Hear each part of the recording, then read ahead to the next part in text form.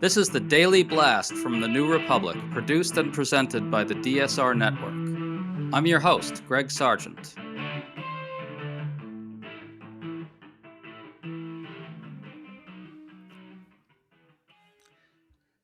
It's not every day that Donald Trump backs down, but that's exactly what happened after he posted a vile, racist video clip of the Obamas. It triggered a massive outcry, and the post was quietly taken down. Surprisingly, the backlash included some Republicans, and one self-described three-time Trump voter issued an extraordinary takedown of Trump, apologizing to the nation for having ever supported him. Why did all this happen in this particular case? We think one reason is that Trump and MAGA are in an unusually weak position in the culture right now. So we're talking to New Republic senior editor Alex Shepard, who has a new piece explaining how Trump and MAGA have thrown away their cultural dominance over the last year. Good to have you on, Alex. It's great to be back. So as many of you have seen by now, Trump's Truth social feed featured a video clip with an image of Barack and Michelle Obama as apes. It was set to "The Lion Sleeps Tonight." When this blew up, White House Press Secretary Caroline Leavitt's first reaction was to call this an internet meme video depicting Trump as king of the jungle and Democrats as characters from The Lion King. She dismissed the outcry as fake outrage. Alex, your thoughts on all this? Yeah, well, first of all, there are no apes in The Lion King, so it was always a ridiculous defense to begin with. But I think, more to the point, you see this happen all the time now, that there's this real rush, particularly within the administration, whenever Trump does something vile or racist, to just back it fully to the tilt before they can do anything to change it or to reverse course. And so you get this sort of situation. I think we're seeing this more and more play out, where there's increased pressure from other Republicans, in this case, senators, including Susan Collins, who is, of course, concerned, as she always is, but also Tim Scott, among others. And I think that put real pressure on the White House. The video was then taken down. But I think one of the differences between this administration and the previous Trump administration is that you have this sort of Carolyn Leavitt figures that just go out there and say, well, actually, it's good that he did this. We're just going to make up all of this, ridiculous stuff about this, racist nonsense, and say why it's good that he posted it. And then they have to back down. And, I think it makes him look significantly worse. It forces people like Tim Scott to come out and say just how bad it is. It reminds everyone that the president and the people around him are gutter racists. And, it makes the apology look like it's forced by public pressure and not by, anything that they actually care about. I think you're getting at an important dynamic here, which is that people like Caroline Leavitt and others around the president now really are a whole lot more bought into this kind of ethos where you never back down because the liberal enemy will just take what it can get from you. One of the lessons that a lot of people close to Donald Trump have taken is that the fact that Trump was reelected proves to them that there is no downside for not apologizing, for doubling and tripling down. And I think, one, that's a really bad lesson to actually take away from Donald Trump, who sort of lucked into a second term and was convicted, for dozens of felonies, and probably would have been convicted of dozens of more, had he hung around. And also, I think, he's also just a unique figure in American politics, right? And I think he is a uniquely charismatic figure in a way that J.D. Vance, for instance, is not. But another, I think, point that is not worth letting go of is that, when it comes to depicting the first black president and his wife as apes in a video, right, that even a historically charismatic president who is historically shameless can't get away with that. Well, here's some audio of a man who called into C-SPAN, identified himself as John from New Mexico, and a three-time Trump voter. It's a bit long, but it's worth it. Listen. Voted for the president, supported him, but I really want to apologize. I mean, I'm looking at this awful picture of the Obamas. What an embarrassment to our country. All this man does is tell lies. He is not worthy of the presidency. He takes bribes blatantly, and now he's being a racist blatantly. They were supposed to deport the dangerous criminals. They were not supposed to go after small children, storm schools, bring terror upon, the little kids and the women and children, not just the immigrants in the school. All the children are scared. This is not a decent man. This is not an honest man. He openly takes bribes. He's pathetic as a president. And I just want to apologize to everybody in the country for supporting this rotten man. Note how he doesn't just denounce the racist attack on the Obamas, he also strongly criticizes mass deportations and how they're not going after criminals, they're going after kids and non-criminals. Alex, we always talk about how there were signs saying mass deportations now at the GOP convention, but a lot of people clearly didn't think through what this meant. What's your reaction to this man's amazing tirade? I mean, I think that it's incredibly cathartic to listen to, actually. I think that this lines up with a lot of polling that you have covered, I think, pretty extensively, too, that you're just starting to see this fissure between this sort of core MAGA base, which is just, it's not that, it's maybe 25, 30%, right now, and the sort of other 25, 30, or 25-ish percent of voters who kind of go along with a lot of this nonsense because they think it's good for their bottom line. And I think that we're not even close to seeing the bottom here yet, but it's really, really starting to break. And I think Minneapolis, kind of to my surprise, was one of the things that really helped do it. And I think especially as the administration keeps trying to push to, deport 5-year-old Liam Ramos, it's only going to get a lot worse.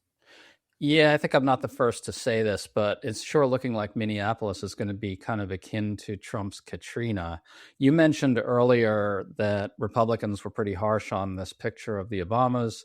I want to read some quotes because they really are pretty harsh. Senator Tim Scott said, quote, "It's the most racist thing I've seen out of this White House," close quote. Representative Mike Lawler called it wrong and incredibly offensive. And Roger Wicker said, "This is totally unacceptable. The president should take it down and apologize." Alex, Republicans have discovered that Trump is a racist.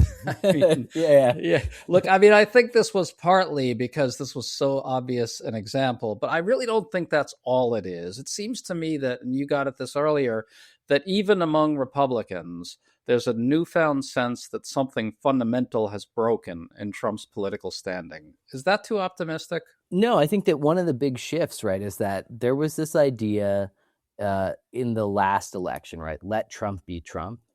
It's sort of pushed by Susie Wiles in particular, currently the chief of staff, that essentially that the president knows best and that what he's doing may seem like kooky and off the wall and or irrelevant to politics as usual, but pursuing that kind of stuff is what people like about him, and you should just let him do it. And I think that kind of idea actually carried a lot of Republicans for most of last year, too, even really as you started to see the administration kind of hit a rut, the late summer of last year.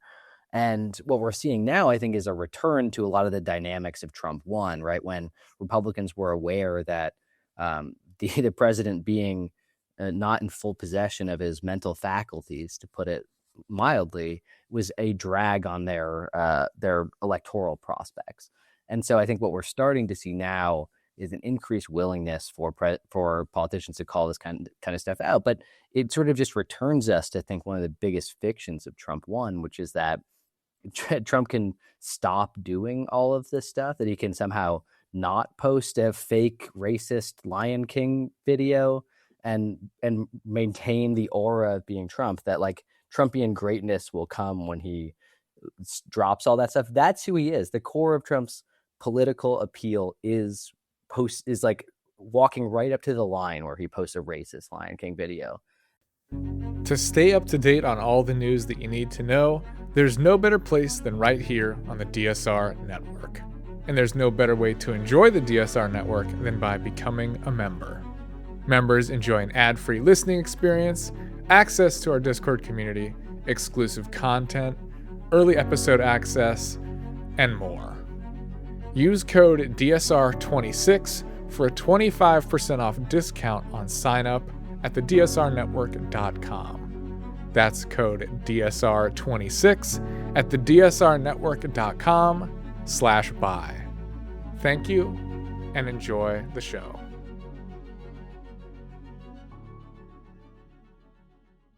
Hi, I'm Jim. I'm not an actor, just a guy living with prostate cancer. My wife and I face each day head on. We asked my doctor about Xtandi enzalutamide. Xtandi 40 milligram tablets treats men with prostate cancer that has spread to other parts of the body and responds to a medical or surgical treatment to lower testosterone. Xtandi may cause serious side effects: seizure, a brain condition called PRESS, allergic reactions, heart disease that can lead to death, falls and bone fractures, swallowing problems, or choking that can lead to death. Stop Xtandi and get medical help at once if your face, tongue, lip, or throat start swelling. Tell your doctor at once if you faint, have a seizure, quickly worsening headache, decreased alertness, confusion, vision problems, chest pain or discomfort, or shortness of breath. Xtandi can cause harm to an unborn baby or miscarriage. Use birth control during and 3 months after Xtandi. Common side effects include muscle and joint pain, feeling unusually tired, hot flashes, constipation, less appetite, diarrhea, high blood pressure, bleeding, falls, fractures, and headache. Visit Xtandi.com to watch my story.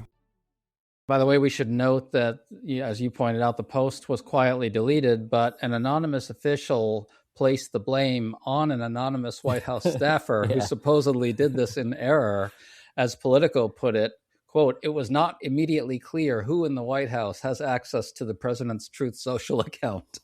Yeah. I know one person who has access to President Trump's Truth Social account. I mean, look, they know this is really damaging.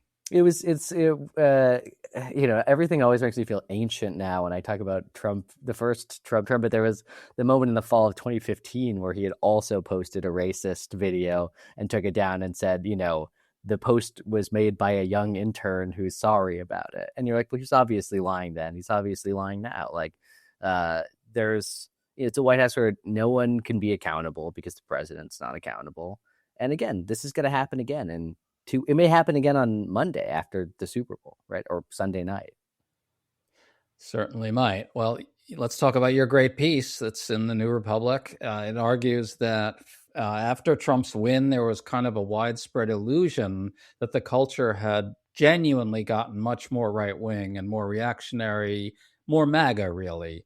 What I really liked is the argument that in some ways the right actually has made some progress in the culture, especially online with figures like Joe Rogan, who have this kind of cultural penetration that is quite extraordinary. And I guess Rogan is kind of MAGA adjacent, you might put it. And a lot of these young male figures are MAGA adjacent, but they're pretty fluent in MAGA-ese to some degree, right? If that's the right way to put it. But, it's worth pointing out that it's precisely figures like Joe Rogan who are now breaking with the president over the ICE war on Americans. He's been relentless in criticizing the ICE stuff, and he's caught a lot of flack from MAGA for it as well. I really do think that you're getting at something important there. There has been a move in a way by some on the right to make some progress in the culture, but they're kind of throwing it away with what they're doing. Yeah, I was thinking in part about a piece that I'd written a week or so after Trump's reelection, which basically argued that there had been a kind of cultural taboo on supporting Trump openly in sort of mass culture, whether it was sports or music in particular, and that had broken. I think in the days and weeks after Trump's reelection, you sort of saw the Trump dance everywhere. I was watching a U.S. men's national soccer game, and Christian Pulisic, the sort of captain, broke into it. There was just this sort of larger sense that supporting Trump was kind of cool among, certain like young men in particular. And that was, I think, reinforced in large part or pushed by podcasts like Rogan, who you mentioned, or Theo Vaughn, the sort of Nelk boys, kind of nihilistic Canadian pranksters. And I think what we've really seen over the last few months is that all of these figures, I think, regret their support of Trump in some way. You're just not seeing kind of the open embrace of Trump anymore. And a month after he was, or a few weeks after he was inaugurated last year, he went to the Super Bowl in New Orleans. He was applauded at that Super Bowl. And he will not be in attendance at this one. And he told the New York Post it's because it's too far away. It's in Santa Clara, which is funny when you look at the places that he's been so far. But But I think that, one of the big reasons there is that he knows that he would be booed. And again, the halftime show there, which is being supported, among criticism from the MAGA base by NFL Commissioner Roger Goodell, one of the least woke people in human history, it will be a kind of anti-Trump bonanza with Green Day and Bad Bunny. There's going to be a huge culture war backlash against it. But I think what we're seeing is that backlash is going to make MAGA people look even more ridiculous, right? Normal people are watching the Super Bowl. The sort of MAGA base is having this kind of Turning Point USA themed alternative halftime show with Kid Rock and a few country singers named Colton. And, no one's going to watch that, right? Like normal people are going to watch Bad Bunny. People should realize that Bad Bunny just got a whole lot of acclaim and some criticism from the right for strongly attacking ICE when he gave his Grammy acceptance speech. There's a little nugget that I think is worth pulling up here for people to think about. It's that a few months ago, back in October, Homeland Security Secretary Kristi Noem went out and kind of boasted that ICE was going to be all over the Super Bowl. And, the only people who should show up at the Super Bowl are patriots and people who love this country. Even just a few months ago, the amount of hubris about the culture and MAGA and its cultural dominance was really quite pronounced, to the point where they could really say, like, we don't care if you hate ICE, we're going to swarm them all over the Super Bowl. And now that's been quietly canceled. And you're not going to see ICE at the Super Bowl because Trump and Kristi Noem cannot afford a moment where ICE is booed. I couldn't guarantee that would happen at the Super Bowl. I don't really know, but it's certainly likely, or at least possible, that they would receive a pretty hostile reception. And that's not something Trump and MAGA and Noem can stand. Yeah, and I think, just to sort of double down on that point, that when Trump came into office, the thing he loved the most was, that's why he took over the Kennedy Center, right? It's why he went to the Super Bowl. He wanted to appear beloved, right? He wanted to go and be applauded everywhere. And I think he was truly excited about hosting the World Cup this summer and then the Olympics in Los Angeles in 2028. Because they were going to reinforce this idea of his personal greatness, right? It's like the ridiculous Arc de Triomphe times 80 that they're putting up in DC. And, I think that is all kind of crumbling around him right now. And it's happened remarkably fast, right? It's been a year essentially since the last Super Bowl when he was in this position. One of the things that gave them momentum as they were coming in to office last year was the sense that they had kind of conquered the culture wars, that they had won this battle that they had been losing for half a century, and that all of this effort to take down Donald Trump for being a sort of bore and a racist had failed, and that in fact that meant that everyone here was more powerful and they could do whatever they wanted, and gave them all this credibility. And I think as we turn the corner into 2026. You just see no evidence of that at all, right? Trump can't show his face at the Super Bowl. Whether he attends a World Cup match this summer, I think, is an open question. But the truth of the matter is that if they go anywhere, they're met with massive public resistance and backlash. You see it at the Grammys, you see it at the Super Bowl, you see it in the streets of Minneapolis, you see it all over the country. And I think, there was this brief moment where it seemed like we were entering into a kind of new era defined by hard-edged right-wing culture, and that everything had changed and it was never going to be the same. And all of that power that they had a year ago, it's just already gone now. Yeah, that's a huge story. It's really one of the big stories of the moment. Trump and MAGA just watching their cultural power slowly dribble away, drain away. They're really shriveling right before our eyes. Alex Shepard, really nice to talk to you. Thanks so much for coming on.